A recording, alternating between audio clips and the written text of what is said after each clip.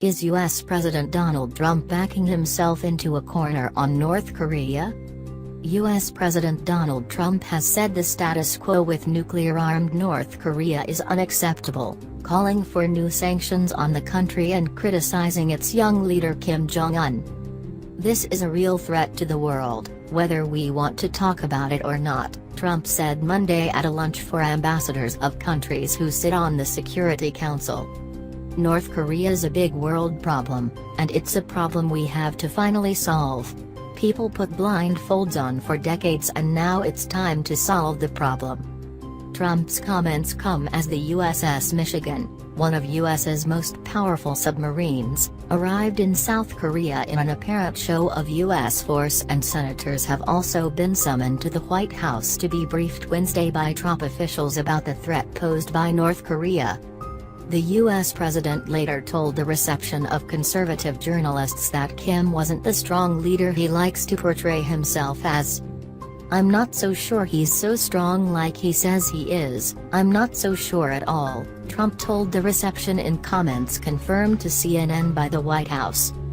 The flurry of activity comes as North Korea marks the 85th anniversary of the founding of its army Tuesday, a significant date in the country's calendar, which it used to conduct a large-scale live-fire military drill. Is Trump taunting Kim?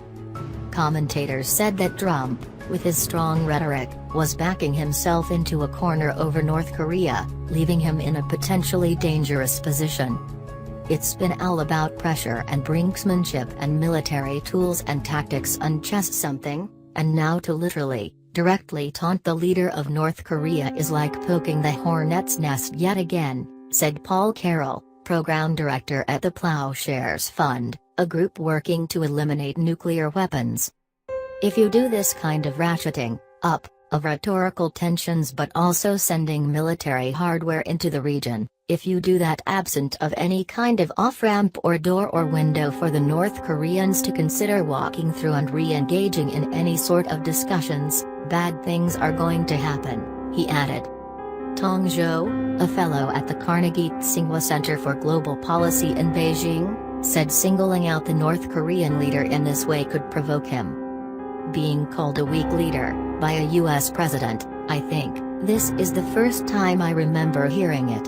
It could potentially provoke North Korea. Being called weak will only encourage them to appear more strong," he told CNN.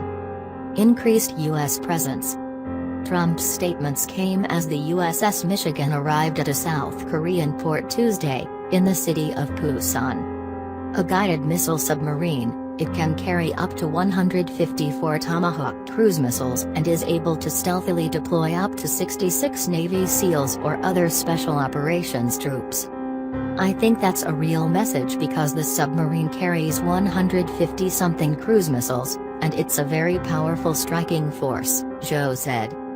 "It's hard to predict how North Korea will respond." The USS Carl Vinson is heading towards South Korea as part of a long-promised deployment by the Trump administration, and South Korean and U.S. Navy destroyers began joint naval drills in the Yellow Sea Tuesday. Rare full U.S. Senate briefing planned. Amid the military maneuverings, the White House has taken the unusual step of calling the entire U.S. Senate in for a briefing on North Korea Wednesday afternoon. The stakes are much higher. The U.S. believes that it is facing a critical juncture where North Korea is about to obtain a nuclear capability against the U.S. homeland, Zhou said. Only senators will be allowed to attend, where they will be briefed by Secretary of State Rex Tillerson, Defense Secretary James Mattis, and Joint Chiefs Chairman General Joseph Dunford. Diplomatic talks between the United States and East Asian powers on North Korea also intensified this week. On top of trilateral talks in Tokyo between Japan, South Korea and the U.S. taking place Tuesday, U.S. President Donald Trump and Chinese President Xi Jinping spoke over the phone Monday night, the second time in as many weeks.